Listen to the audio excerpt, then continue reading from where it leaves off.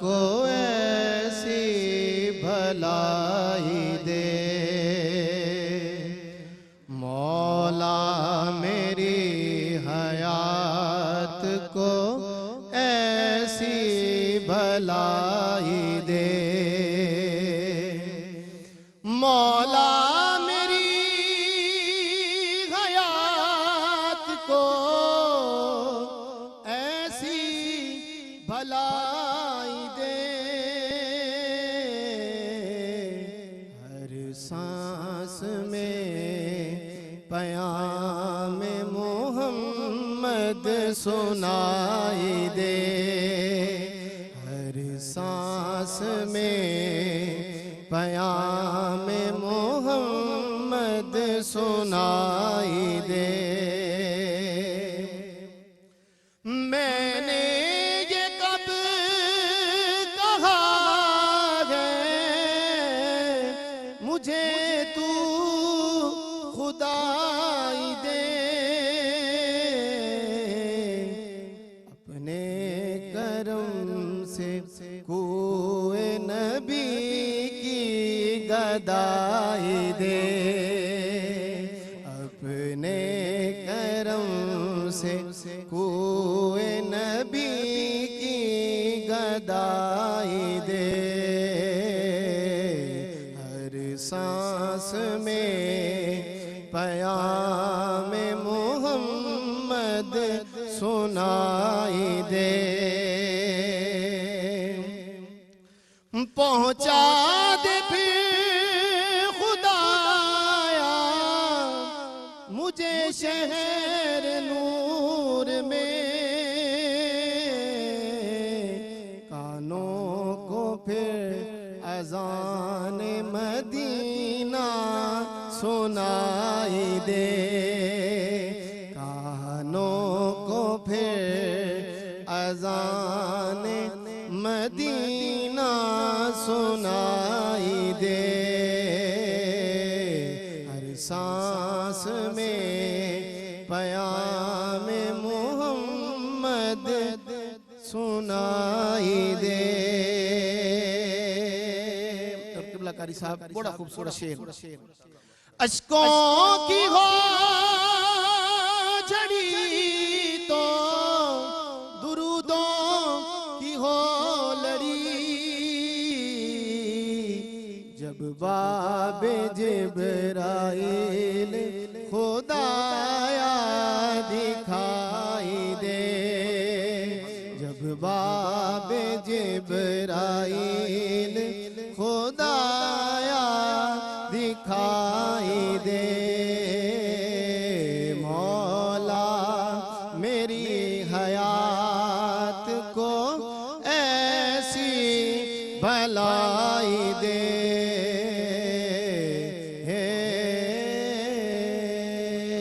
ماشاءاللہ ماشاءاللہ، بہت خوبصورت پڑھا ماشاءاللہ عابد بھائی آپ نے، اللہ آپ کو جزا دے۔ قبلہ ڈاکٹر صاحب آپ کی جانب بڑھتے ہیں، اور طہارت کے حوالے سے جس طرح سرور بھائی نے فرمایا بھی کہ یہ نصف ایمان بھی قرار دیا گیا، اور پھر اسلام کے اندر تو 5 وقتہ طہارت کا حکم دیا گیا نا، یا ایھا الذین آمنوا اذا قمتم الی الصلاۃ فاغسلوا وجوہکم وایدیکم الی المرافق وامسحوا برؤوسکم وارجلکم الی الکعبین۔ تو میں چاہوں گا کہ اسلام کے اندر جو طہارت کی اہمیت ہے ذرا اس پہ روشنی ڈالیے گا۔ بسم اللہ الرحمن الرحیم، بہت شکریہ۔ طہارت جسم کی ہو، طہارت لباس کی ہو، طہارت دل کی ہو یا پھر روح کی ہو، سبحان اللہ، بہرحال اسلام کا اولین مطلوب اور مقصود ہے۔ ماشاء جس اللہ۔ جگہ بھی طہارت کا متضاد آ جائے، وہ جسم پر آئے، وہ روح پر آئے، جی۔ وہ لباس پر آئے، وہ دل پر آئے، اسے سخت ناپسند کیا گیا ہے، اللہ اکبر، اور اس نجاست کے اثرات سے نکلنے کا حکم دیا گیا ہے۔ ٹھیک ٹھیک، حدیث پاک جو سرور صاحب نے پڑھی تھی، الطہور شطر الایمان، جی امام غزالی رحمۃ اللہ علیہ فرماتے ہیں کہ اس کی کئی جہتیں ہیں۔ ایک جہت یہ ہے کہ آدمی وجود کی ظاہری نجاست کو دھوئے، ٹھیک، پہلا مرحلہ یہ ہے۔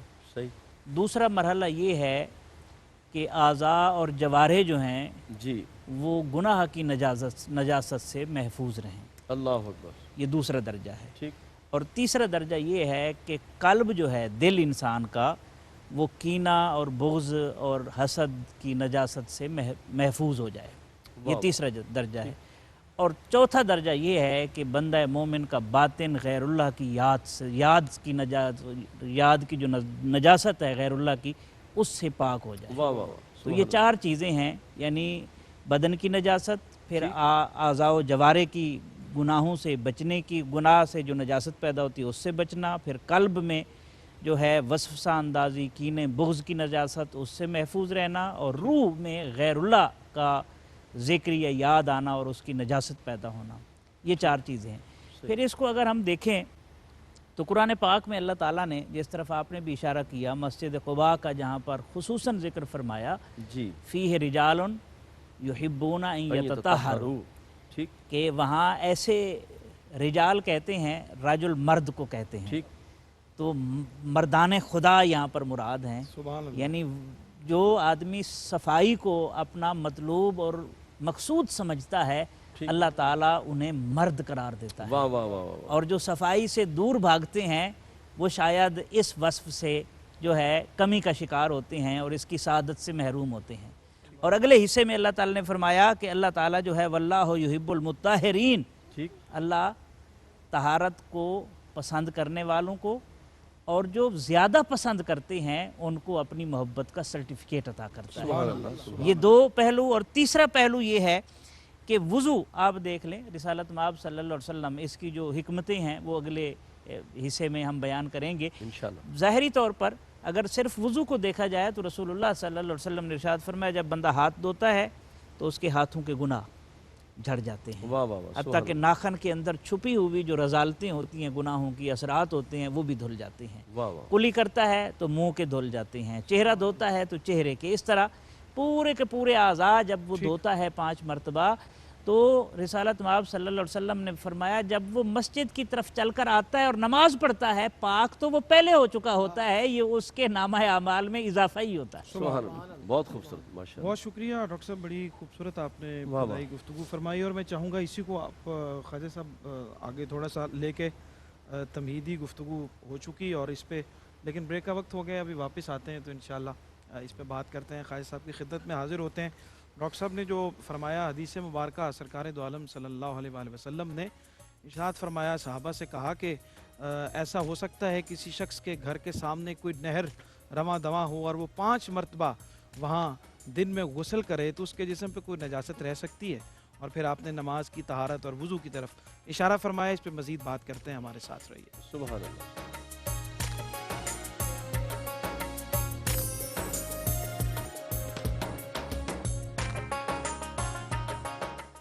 خوش آمدید ناظرین کرام، نعمت افطار میں آپ شامل ہیں، اور وضو پہ ہم بات کر رہے ہیں، طہارت پہ بات کر رہے ہیں۔ قبلہ ڈاکٹر صاحب نے بہت خوبصورت بات کی، اور خوش بخت وہ لوگ ہیں جو ہر وقت باوضو رہتے ہیں۔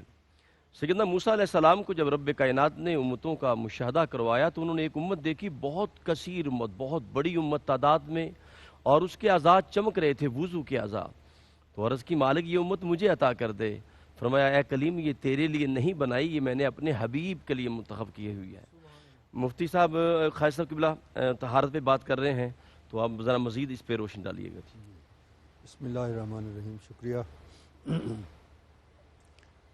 قاری صاحب، طہارت ایک ایسی اہم عبادت ہے جی، کہ جو ہر مرحلے پر اس کی ضرورت ہوتی ہے۔ ٹھیک، جسم کی پاکیزگی بھی، کپڑوں کی پاکیزگی بھی، جس طرح ڈاکٹر صاحب بیان فرما رہے تھے۔ بالکل۔ میں یہ عرض کرنا چاہتا ہوں کہ جس وقت بچہ پیدا ہوتا ہے تو اس کے سب سے پہلے اس کے کان میں ایک پیغام دیا جاتا ہے۔ سبحان اللہ۔ اس پیغام سے پہلے وہ پیغام کیا ہوتا ہے؟ پیغام یہ ہوتا ہے کہ اس کو پہلے نہلانے کے بعد، پاک کرنے کے بعد، ٹھیک، اس کے کان میں، ایک کان میں اذان دی جاتی ہے، دوسرے کان میں تکبیر کہی جاتی ہے، جس کا ایک مقصد ہے۔ سبحان اللہ۔ اور وہ مقصد یہ ہے کہ جب بچہ پیدا ہوتا ہے تو گھر والے بڑی خوشیاں مناتے ہیں، ہمارا یہ بچہ جو ہے بڑا وارث پیدا ہو گیا ہے، اب یہ بہت بڑے عہدے پہ پہنچے گا، بہت بڑے منصب پہ پہنچے گا، بہت بڑا یہ جاگیردار ذمہ دار بن جائے گا، بہت کچھ امیدیں اس کے ساتھ وابستہ کر دیتے ہیں۔ لیکن وہ جو نیک آدمی جھوٹ بولنے والا نہیں ہے، حافظ ہے، قاری ہے، عالم ہے، اس کو بلایا جاتا ہے کہ بچے کے کان میں اذان بھی دیں، تکبیر بھی دیں۔ وہ اذان بھی کہتا ہے، تکبیر بھی کہتا ہے، اور اس میں یہ بھی کہتا ہے قد قامت الصلاۃ، نماز کھڑی ہو گئی۔ تو نیک آدمی ہے، جھوٹ بولنے والا نہیں ہے، تو اسے چاہیے وہ جماعت کرا کے جائے۔ جی جی جی، جب اس نے کہا ہے قد قامت الصلاۃ، نماز کھڑی ہو گئی، تو عام طور پہ جب قد قامت الصلاۃ کہا جاتا ہے تو جماعت تو کھڑی ہو جاتی ہے، ٹھیک، صف تو بندی ہو جاتی ہے۔ لیکن وہ جماعت نہیں کرواتا، ویسے چلا جاتا ہے۔ آج تک اسے کسی نے نہیں کہا کہ آپ نے کہا ہے تو جماعت کیوں نہیں کرائی، اس لیے کہ اس کے کان میں جو پیغام دیا گیا ہے کہ اپنی زندگی کو، یہ لوگ تو خوش ہو رہے ہیں، بڑی امیدیں وابستہ کر رہے ہیں، تم اپنی زندگی کو لمبا نہ سمجھنا، تیری نماز جنازہ کہ میں نے اذان بھی کہہ دی ہے، تکبیر بھی کہہ دی ہے۔ یہ پیغام اس کے کان میں دیا جانا تھا، جس کے لیے اس کو ضروری قرار دیا گیا کہ اس کو پہلے نہلایا جائے، اس کو پاک کیا جائے۔ تو اس کام کے لیے بھی طہارت بڑی ضروری ہے۔ جی، اور حاج صاحب کمال یہ ہے کہ اسلام کا حسن دیکھیں کہ آغاز بھی غسل میں ہے، اور جب انجام ہوتا ہے تب بھی غسل ہے، وہ بھی غسل ہوتا ہے۔ اور اس میں جو اس کا مقصد حیات ہے، جو میں نے پہلے بھی ایک پروگرام میں عرض کیا تھا کہ ہم جب آئے ہیں تو ننگے آئے ہیں، اللہ اکبر، اور جب گئے ہیں تو صرف کفن لے کے گئے ہیں۔ یہاں سے دنیا کی حقیقت بھی واضح ہو جاتی ہے کہ یہ ساری دنیا ہمارے لیے کیا حیثیت ہے، کچھ بھی نہیں ہے ہماری۔ از بیابان عدم تاثر بازار وجود، بتلاش کفن آمد عریان چند۔ یہ چند ننگے لوگ آئے تھے اور کفن تلاش کرنے کے لیے وہ کفن تلاش کر کے واپس چلے گئے ہیں۔ تو وہ جو واپسی ہے ہماری، وہ بھی غسل کے ساتھ ہوگی۔ تو اس مفہوم کو قبلہ پیر سید نصیر الدین نصیر صاحب نے بڑی خوبصورتی کے ساتھ بیان فرمایا ہے۔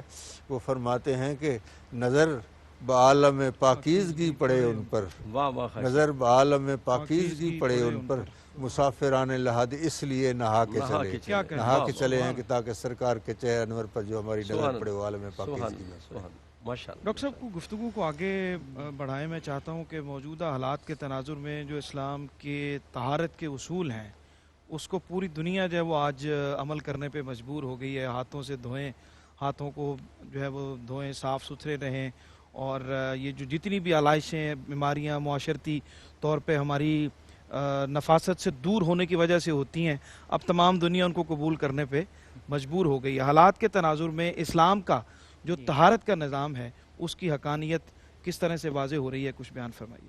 جی بلا شبہ آپ نے درست فرمایا۔ اگر ہم فضا میں غور کریں تو ہر مربع سینٹی میٹر کے اندر لاکھوں جرثومیں موجود، صحیح، لاکھوں جرثوم، اور ان جرثوموں کا جو سب سے پہلا شکار ہوتے ہیں وہ اعضائے وضو ہیں۔ ٹھیک، صحیح، چہرہ ہے، ہاتھ ہیں، پاؤں ہیں، سب سے زیادہ یہ شکار ہوتے ہیں۔ اس میں بیکٹیریاز ہیں، وائرسز ہیں، اس کے علاوہ کافی سارے جراثیم ہیں جو اس فضا میں موجود ہیں۔ آپ اندازہ لگا لیں کہ شریعت نے صرف وضو کرنے کا حکم نہیں دیا، صحیح، بلکہ وضو علی الوضو کی تحسین فرمائی ہے۔ واہ واہ واہ، سبحان اللہ۔ صرف وضو نہیں، ہر نماز کے ساتھ تازہ وضو کرنے کی تلقین کی۔ ہر وقت پہلے بھی وضو ہے تو پھر دوبارہ وضو کر لیں، یہ مکروہ نہیں ہے، پسندیدہ اسے قرار دیا گیا۔ ایک دوسرا جو پہلو ہے، روحانی پہلو، وہ بڑا دلچسپ ہے کہ جب ہم افعال طہارت کرتے ہیں، ہاتھ دھوتے ہیں، کلی کرتے ہیں، ناک میں پانی ڈالتے ہیں، چہرہ دھوتے ہیں، تو ہر فعل طہارت کے ساتھ ہم دعا پڑھتے ہیں، اللہ کا ذکر کرتے ہیں۔ یعنی اس سے آپ اندازہ لگا لیں کہ جس طہارت کی ابھی تک دنیا قائل ہوئی ہے وہ ظاہری طہارت ہے، صحیح، صحیح، اور اگر اس کی معنوی طہارت کی بھی قائل ہو جائے تو پھر جو دل کے اندر کینہ ہے، بغض ہے، یا مقابلے کی دوڑ ہے، یا نیچا دکھانا ہے، یا وسائل پر قبضہ کرنا ہے، یہ ساری چیزیں ساتھ ساتھ جو ہے وہ منیمائز ہونا شروع ہو جاتی ہیں۔ آپ دیکھیں بندہ وضو کرتا ہے، وضو کرنے کے بعد اس کے ظاہر اور باطن میں مطابقت پیدا ہوتی ہے، خصوصی طور پر جب افعال وضو یا افعال طہارت وہ سر انجام دیتا ہے تو بالکل اس کی روح ہر وضو کے بعد، اگر وہ پورے آداب کے ساتھ وضو کرے، ہر وضو کے بعد اس کی روح اس طرح ہو جاتی ہے جس طرح سفید میلا کپڑا دھو کر صاف ہو جاتا ہے اور کھلا ہوا ہوتا سبحان ہے. اللہ، سبحان یہی کیفیت جو ہے وہ روح کی ہوتی ہے. ٹھیک. اللہ اور اسی طریقے سے اگر ہم دیکھیں قرآن پاک میں اللہ تعالیٰ نے جو ہمیں طہارت کا نظام دیا یا رسالت مآب صلی اللہ علیہ وسلم نے دیا، اس کا ایک بڑا اثر یہ ہوتا ہے کہ انسان نفسیاتی بیماریوں سے محفوظ ہو جاتا ہے. ٹھیک. جو آدمی وضو کو اپنی عادت بنا لیتا ہے وہ وسوسوں سے پاک ہو جاتا ہے، سبحان اللہ. وہ غلط سوچ سے پاک ہو جاتا ہے، وہ جو پاکیزگی اس کے جسم سے آئی تھی وہ اس کی روح میں اترتی ہوئی محسوس ہوتی ہے. اور وہ اس کیفیت میں نہیں ہوتا کہ آئینے مجھ کو نہ دو گرد پڑی رہنے دو، تم اگر دیکھو گے تو ایمان سے مر جاؤ گے. اس کا ظاہر بھی پاک ہوتا ہے، اس کا باطن بھی پاک ہوتا ہے، اس میں دوغلی پالیسی والا تصور نہیں ہوتا. ٹھیک. سبحان اللہ. خواجہ صاحب، طہارت ظاہری کی ہم بات کر رہے ہیں، دنیا جس کی قائل اس وقت ہوئی ہے اور بلکہ مجبور ہو گئی ہے اپنے آپ کو پاک اور صاف رکھنے پہ اور اپنے ارد گرد کے ماحول کو پاک اور صاف رکھنے پہ. صوفیاء کے ہاں جو طہارت باطنی کا ایک نظام ہے جو ظاہری طہارت کے ساتھ جڑا ہوا ہے، اس پہ کچھ تھوڑی سی روشنی ڈالیے، کتنی اہمیت ہے اس کی؟ جناب والا بجا فرمایا آپ نے، طہارت ظاہری کے ساتھ ساتھ طہارت باطنی بہت زیادہ ضروری ہے، بلکہ بہت اور اہم یہ ہے. انٹر کنیکٹ ہیں آپس میں جی، دونوں. جی ہاں.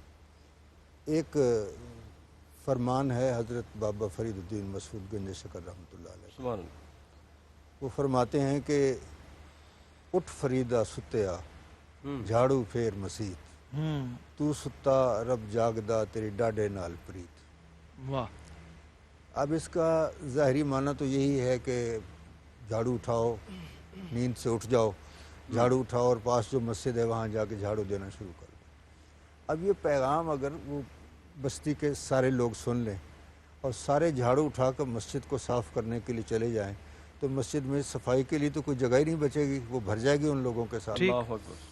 تو وہ مفہوم اس کا کچھ اور ہے.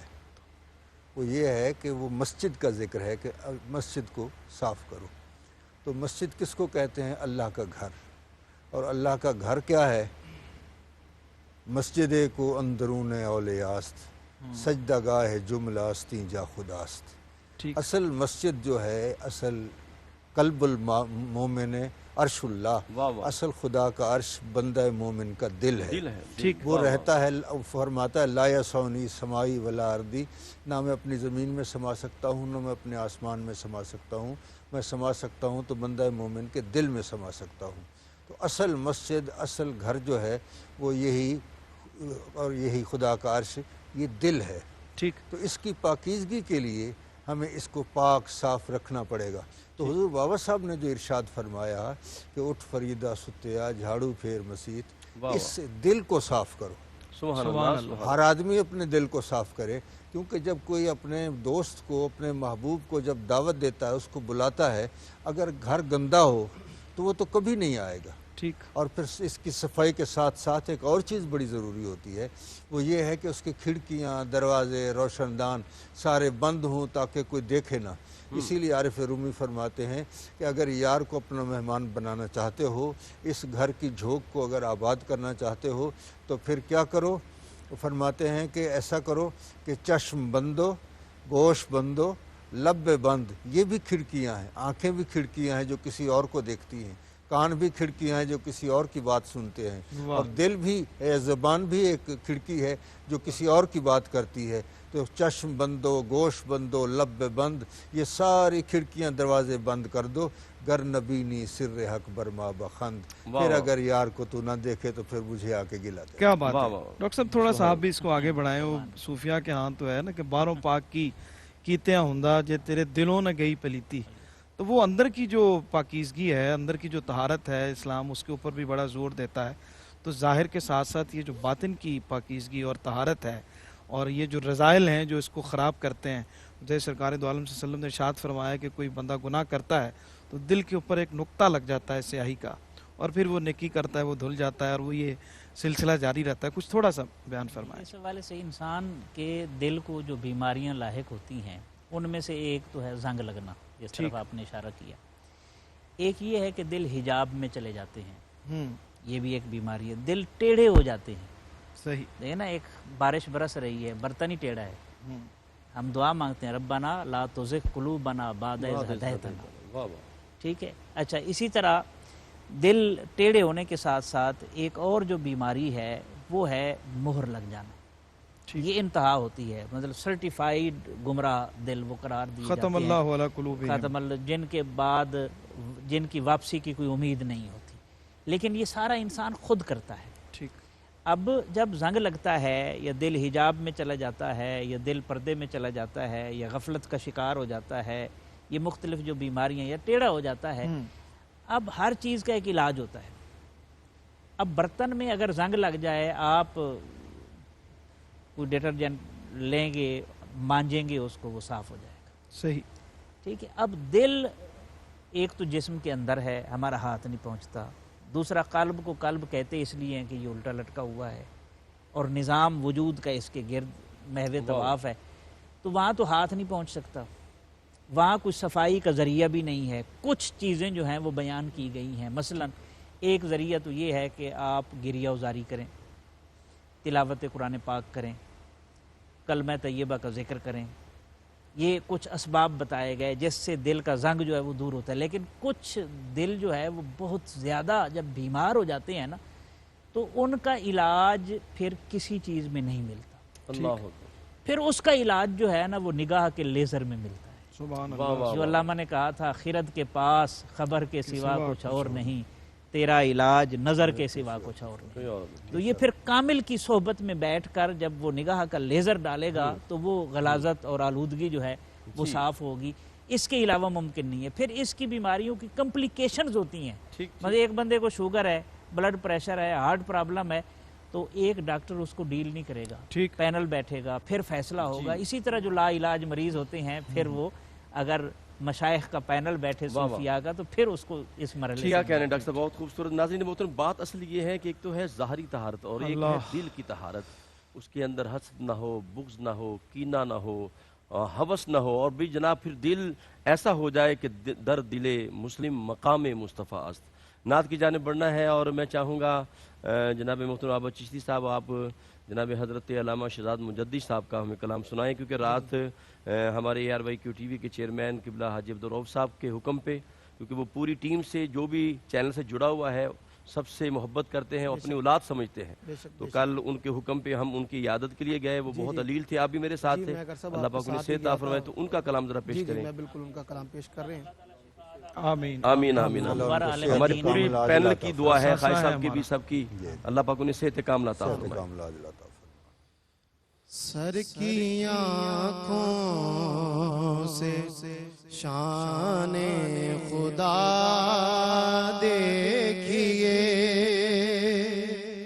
سر کی آنکھوں سے شان خدا دیکھیے، چشم دل سے رخ مصطفیٰ دیکھیے، چشم دل سے رخ مصطفیٰ دیکھیے. اور جس نے مانگا اسے رشک حاتم کیا، جس نے مانگا اسے رشک حاتم کیا. شاہ طیبہ، شاہ طیبہ کا جود و سخا دیکھیے، شاہ طیبہ کا جود و سخا دیکھیے. اللہ قاری صاحب شعر دیکھیں. کیجئے مانگنے کا ارادہ ادھر، کیجئے مانگنے کا ارادہ ادھر، پھر ادھر سے عطا پر عطا دیکھیے، پھر ادھر سے عطا پر عطا دیکھیے، بھول جائیں گے جتنے حسین عکس ہیں، بھول جائیں گے جتنے حسین عکس ہیں، سبز گنبد کا منظر ذرا دیکھیے، سبز گنبد کا منظر ذرا دیکھیے، سبز گنبد کا منظر ذرا دیکھیے، بارگاہ نبی میں عجب کیف ہے، بارگاہ نبی میں عجب کیف ہے، ہو رہے ہیں ملائک فدا دیکھیے، ہو رہے ہیں ملائک فدا دیکھیے، اور مکتا جس کی تعظیم شہزاد ایمان ہے، جس کی تعظیم شہزاد ایمان ہے، کر کے اس ذات سے رابطہ دیکھیے، سر کی آنکھوں سے شان خدا دیکھیے، چشم دل سے۔ انتہائی محترم و مکرم ناظرین و سامعین، نعمت افطار میں آپ اس پروگرام میں شامل ہیں اور طہارت پہ بات کر رہے ہیں، اور طہارت کی برکات کتنی ہے، اس کی کتنی فضیلت ہے، اس کی کتنی اہمیت ہے۔ سرکار دو عالم نور مجسم صلی اللہ علیہ وآلہ وسلم جو ہیں وہ شب معراج جب جنت کی طرف بڑھتے ہیں تو دیکھا کسی کے چلنے کی آواز آ رہی ہے، پوچھا جبریل یہ مجھ سے پہلے کون آ گیا؟ عرض کی پیارے آقا آپ ہی جا رہے ہیں، یا آپ کا غلام بلال زمین پہ چل رہا ہے، اس کے چلنے کی آواز جنت میں آ رہی ہے۔ تو کریم آقا نے آ کے پوچھا بلال تو کیا کرتا ہے کہ تو چلتا زمین پہ ہے اور چلنے کی آواز جنت میں آتی ہے؟ تو عرض کی آقا میں وضو کرتا ہوں، جب مسجد میں داخل ہوتا ہوں تو تحیۃ الوضو تحیۃ المسجد کے نوافل ادا کرتا ہوں۔ ڈاکٹر صاحب قبلہ یہ طہارت کی بات کر رہے ہیں ہم، یہ غیر ضروری بال ہوتے ہیں، ناخن ہیں، اور ماحول کی آلودگی کے حوالے سے اس پہ ذرا روشنی ڈالیے گا جی بہت پریکٹیکل سوال ہے۔ دیکھیں انسانی جسم میں کچھ جگہیں ایسی ہیں جہاں پر وائرسز پل سکتے ہیں، جراثیم اکٹھے ہو سکتے ہیں۔ شریعت نے بڑی حکمت کے ساتھ ان جگہوں کو صاف رکھنے کی تلقین کی ہے اور انہیں سنت ابراہیمی قرار دیا ہے۔ اس سے آپ اندازہ لگا سکتے ہیں اس کی اہمیت کتنی ہے۔ اس میں ناخن ہیں، غیر ضروری بال ہیں، اور اس کے علاوہ دو رسالت مآب صلی اللہ علیہ وسلم نے فرمایا دو ایسی جگہیں ہیں جہاں پر لعنت کی جاتی ہے، ان جگہوں سے بچو۔ صحابہ کرام نے عرض کی یا رسول اللہ صلی اللہ علیہ وسلم وہ کون سی جگہیں ہیں؟ تو آپ نے فرمایا ایسا آدمی جو سائے میں یا کھڑے ہوئے پانی میں رفع حاجت کا ارتکاب کرتا ہے تو اس کے اوپر لعنت کی جاتی ہے۔ تو اس لیے یہ پورا ماحول، یہ خود صاف نہیں رکھنا اپنے آپ کو، بلکہ پورے ماحول کو آپ نے صاف رکھنا ہے، اور یہ اسلام کا حکم بھی ہے اور اسلام کا تقاضا بھی ہے، اور جو صفائی کے ان آداب کو پس پشت ڈال دیتا ہے۔ مثلا یورپ میں آپ دیکھیں جو ان کا ڈارک ایجز کا زمانہ ہے، وہ مقدس گندگی کہتے تھے۔ وہاں اگر کوئی کلیسا کا پوپ جو ہے وہ نہا لیتا تھا یا کوئی بندہ اور نہا لیتا تھا تو اسے کہتے تھے کہ یہ مرتد ہو گیا ہے، اور اس کو پھانسی کی سزا دی جاتی تھی، مار دیا جاتا تھا، قتل کر دیا جاتا تھا۔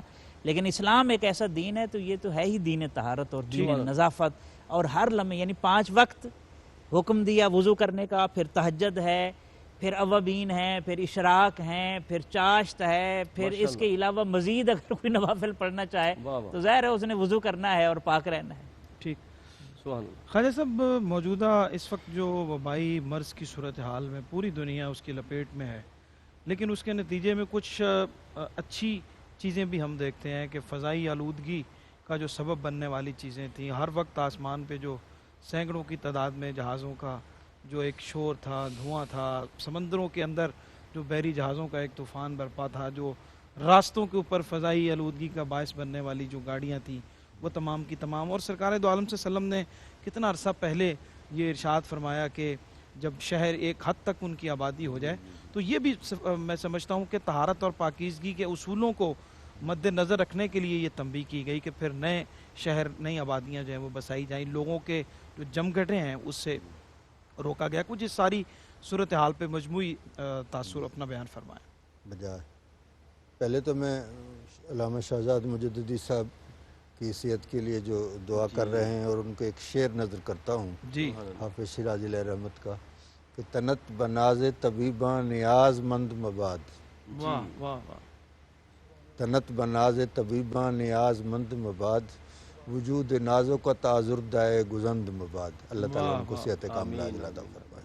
ثم آمین۔ اور جو آپ نے فرمایا ہے، حضور سرور عالم صلی اللہ علیہ وسلم نے 1450 سال پہلے جو ارشاد فرما دیا ہے اس کو لوگ پہلے بے شک نہ مانیں، لیکن آج کے دور میں اس سب کو ماننے کے سوا کوئی چارہ نہیں ہے چارہ نہیں، بالکل کہ اگر آپ اپنی عافیت چاہتے ہیں، اپنی صحت کی سلامتی چاہتے ہیں تو انہی چیزوں میں ہے جو سرور عالم صلی اللہ علیہ وسلم نے آج سے 1400 سال پہلے جو حضور نے ارشاد فرمایا اسی پہ عمل کرنے میں وہ سارے حکمت اور اس میں بھلائی ہے۔ ٹھیک ٹھیک۔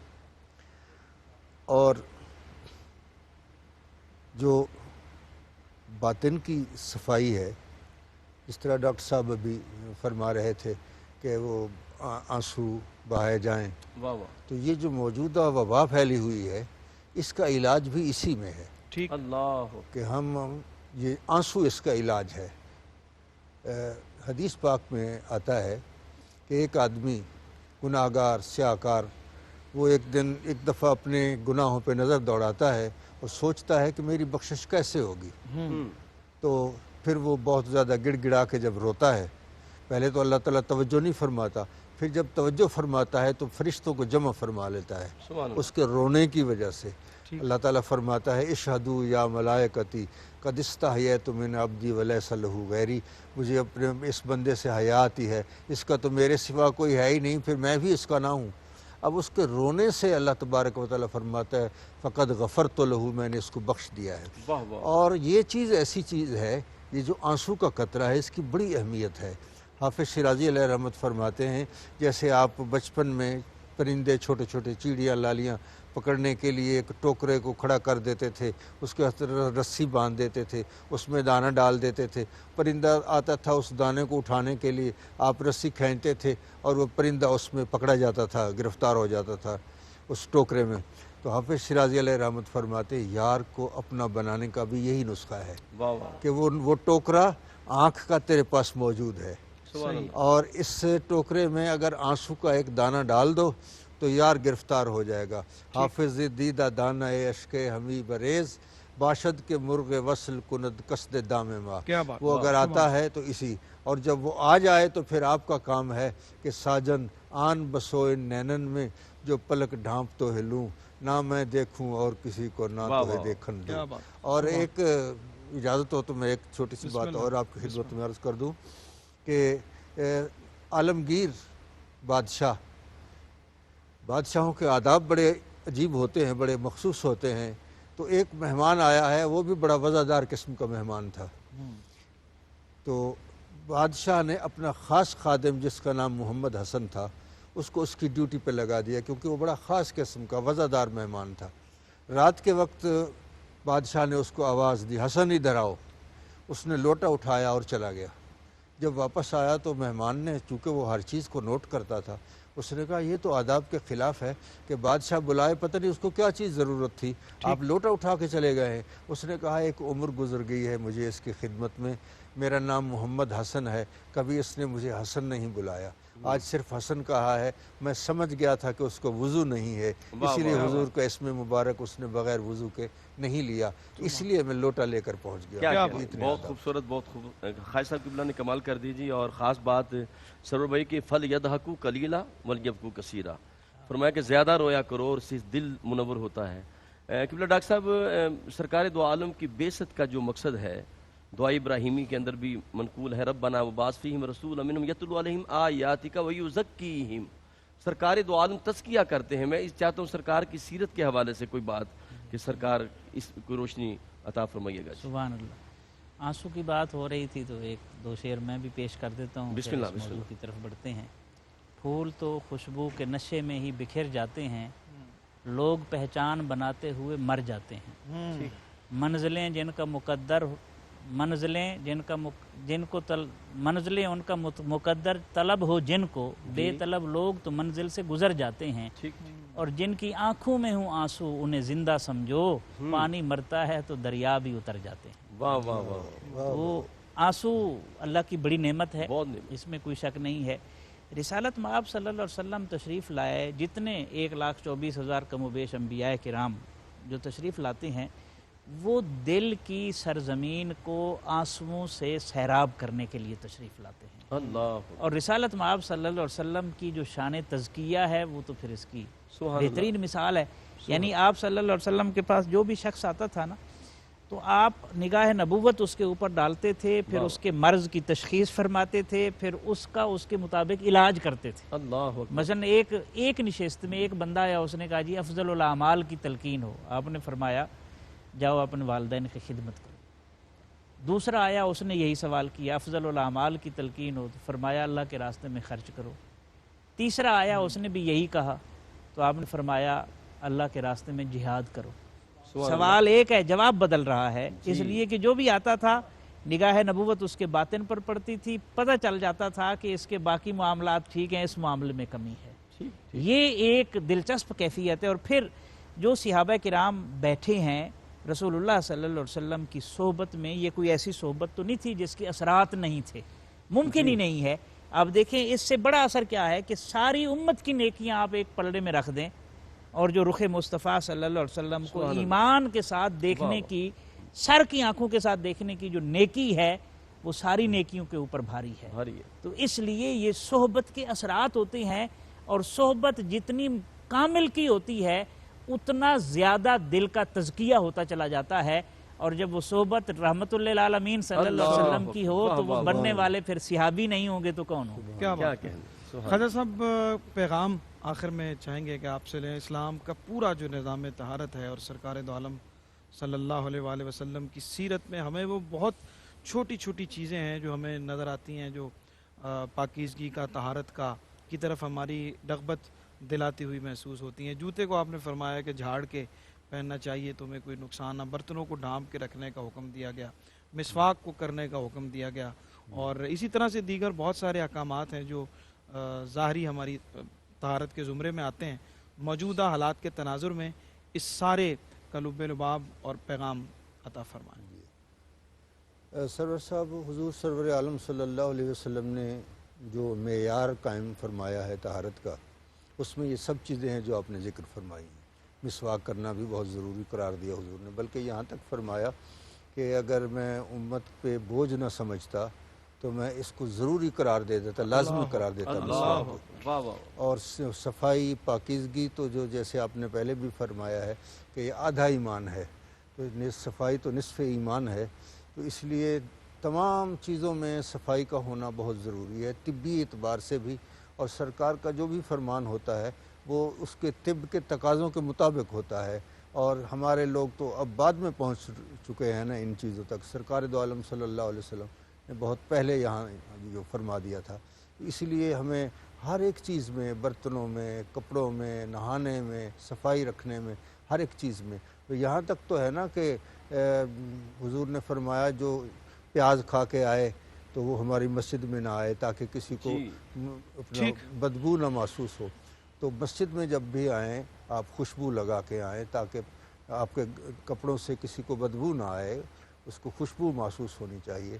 تو ایک ماحول جو ہے وہ معطر ہونا چاہیے، ظاہر بھی معطر ہونا چاہیے، باطن بھی معطر ہونا چاہیے۔ ظاہر تو ہوگا کہ آپ جو طہارت کے تقاضے ان کو پورا کریں، اور باطن ہوگا معطر حضور کے عشق سے، حضور کی محبت سے۔ اللہ تعالیٰ حضور کی محبت بھی عطا سبحان فرمائے اور اللہ۔ طہارت ڈاکٹر صاحب کوئی پیغام آپ بھی عطا اس فرمائیں۔ حوالے سے ایک دو باتیں پیش نظر رہیں۔ ایک تو وضو کی عادت بنانی چاہیے، جو ابھی تک ہم نے بات سیکھی ہے۔ وضو کینسر کو ختم کرتا ہے اور زیادہ امراض کو ختم کرتا ہے۔ ہاتھ منہ تو اب ساری دنیا دھو رہی ہے ہاں نا جی، اس وقت۔ دھو رہی ہے، تو اگر اس کو حسن نیت کے ساتھ نماز بھی عادت بنا لیں، ٹھیک۔ رب کا ذکر بھی ساتھ شامل ہو جائے تو بہت اچھا ہوگا۔ اور دوسرا پہلو اس کا یہ ہے سرور صاحب، اور وہ دلچسپ پہلو ہے کہ کلو من طیبات ما رزقناکم، سبحان اللہ، سبحان اللہ۔ کہ رزق کو پاکیزہ کریں۔ ٹھیک۔ صرف ہاتھ دھونے نہیں، صرف منہ دھونا نہیں، بلکہ جو رزق آپ کے بطن میں جا رہا ہے، آپ کی اولاد کے شکم میں جا رہا ہے، وہ بھی پاک ہونا چاہیے، اور یہ بھی طہارت کا تقاضا ہے۔ اس سے نسلیں جو ہیں وہ سنور سکتی ہیں۔ بہت شکریہ جناب ڈاکٹر سرور سعید صاحب، احمد ایک سعیدی بزرگ صاحب کو میں نے آپ کا۔ دیکھا ہے جو ہر نماز کے ساتھ غسل کرتے تھے، اللہ ساری زندگی ان کا ویسے یہ امام ابو حنیفہ رحمۃ اللہ علیہ کے حوالے سے بھی آتا ہے کہ لباس تبدیل کرتے تھے ہر نماز کے لیے اور غسل فرماتے تھے۔ یہ بہت اہم بات ہے۔ ناظرین اکرام، وقت ختم ہوا اور بہت اہم گفتگو آج اس حوالے سے ہوئی۔ ڈاکٹر صاحب بہت شکریہ آپ کی تشریف آوری کا۔ جناب خواجہ غلام قطب الدین فریدی صاحب، آپ کا بہت شکریہ۔ حافظ عابد حسین چشتی صاحب، آپ کا بہت شکریہ۔ اور جناب قاری محمد یونس قادری صاحب، ہم دونوں کی طرف سے ایک دوسرے کا جو ہے ہم شکریہ۔ اور یہ جناب حفیظ طائب رحمۃ اللہ علیہ کے یہ اشعار یہ اس پیغام کے ساتھ جڑے ہوئے ہیں، اور ابھی جو ڈاکٹر صاحب نے بات کی تھی یہ بہت اہم ہے، جس میں سرکار دو عالم صلی اللہ علیہ وسلم کی حدیث مبارکہ ہے کہ طہارت کے بغیر کوئی عبادت قبول نہیں ہے، اور حلال کے بغیر کوئی صدقہ قبول نہیں ہے۔ تو یہ ضرور ہمیں اس کو ہمارے پیش نظر رہنا چاہیے۔ اور جناب حفیظ طائب، نافذ کرو وجود پہ طاعت حضور کی، نافذ کرو وجود پہ طاعت حضور کی، ورثے میں دو عیال کو الفت حضور کی، واجب ہے اس کو خلق میں تقسیم بھی کرو، پاؤ اگر خدا سے محبت حضور کی، لازم ہے اس کا شکر بشکل درود پاک، سایہ فگن ہے ہم پر جو رحمت حضور کی، حسن عمل کا کرنا ہے ابلاغ ہر کہیں، حسن عمل کا کرنا ہے ابلاغ ہر کہیں، ہم کو نصیب ہے جو سفارت حضور کی، ان لمحوں کو شمار کرو بس حیات میں، اپناؤ جن میں کوئی بھی عادت حضور کی، اور یلغار غم ہو جہاں پہ تو رکھو یہ ذہن میں، یلغار غم ہو جہاں پہ تو رکھو یہ ذہن میں، جور زمانہ سہنا ہے سنت حضور کی۔ انہی اشعار کے ساتھ میزبان سرور حسین نقشبندی کو اور قاری محمد یونس قادری کو اجازت دیجیے۔ انشاءاللہ ہماری یہ نعمت افطار کی نشریات ہمارے کراچی اسٹوڈیو سے جاری رہیں گی۔ کلام شامل کرتے ہیں، اللہ نگہبان۔ سرکار کے روزے پر وہ رحمت باری ہے،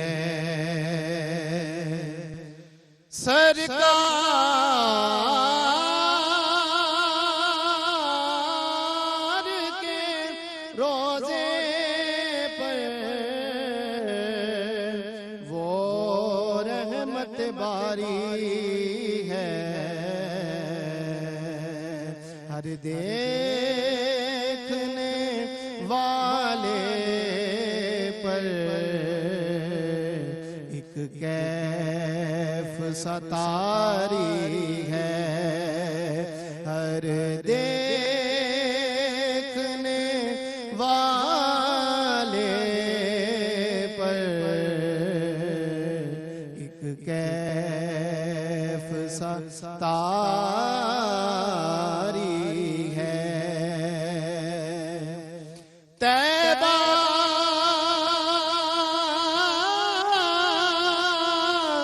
طیبہ میں سبھی لمحے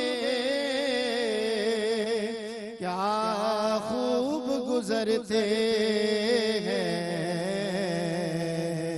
اس در پہ یہ دل میرا سو جان سے واری ہے، اس در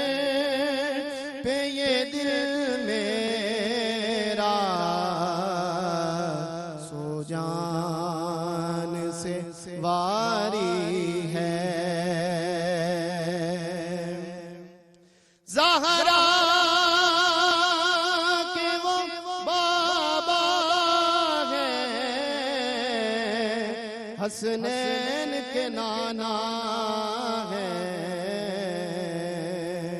پنجتر کے گھرانے سے نسبت تو ہماری ہے، پنجتر کے گھرانے سے نسبت تو ہماری ہے، ہر دیکھنے والے پر ایک کیف سا تاری ہے، اے میرے علی تیرے پر نور وسیلے سے